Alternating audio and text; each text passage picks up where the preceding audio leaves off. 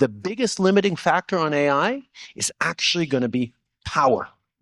The energy consumption necessary around AI, I've been really obsessing about lately, because Canada already is an 80% clean energy grid. It's a huge advantage. Companies from around the world are investing in Canada because of our clean energy, because of our workers, because of our innovation, all those things.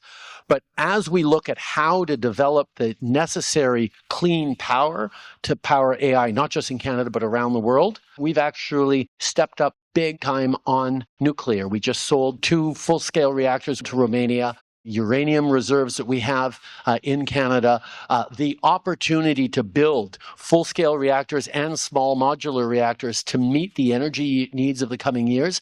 Canada's been facing a massive boom of investment from around the world of companies that want to come into Canada. Some of you've heard of Honda, Volkswagen, Michelin, Goodyear. Others you haven't. And made Canada the number 3 destination in the world last year for foreign direct investment. A lot of it is because of the framework we have around environmental responsibility and clean power, but also because we have childcare and pharmacare and medical care and supports that are great for workers and benefiting from privileged access to 2/3 of the global economy through free trade deals. So all those things together means we're actually limited right now by the amount of power that we can provide to companies because so many people want to come to Canada. And that's where we're going to have to step up on nuclear and others to be able to respond to that. So nuclear power plants in Canada? Canada developed CANDU reactors decades ago, particularly appreciated because you couldn't use a nuclear power plant to develop a weapons program if it was a Canadian one. It was just the way it was designed.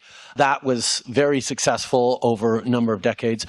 We're upgrading the CANDUs to MONARKs, more modern full-scale reactor, but we're also developing small modular reactors. Canada's actually got the first small modular reactors about to come online in the coming year, demonstrating a proof of concept. That's going to be an essential part of the energy mix that we have to have if we're going to meet the opportunities, not even the needs, the opportunities of the coming years. You guys didn't think you were going to get a pitch on nuclear from Canada up here today, but these are the challenges that we're looking at and how to build a better world and how to make sure that energy is plentiful and affordable for everyone. And your small reactors that can be exported could open data centers and create real value-added jobs. Something like 40% of people living on the African continent don't yet have reliable, steady access to electricity. And electricity has been around for a century and a half. First power plant in New York went up about 150 years ago. And still 150 years later, this foundational technology of electricity hasn't reached everyone in the way that we know it will transform their lives.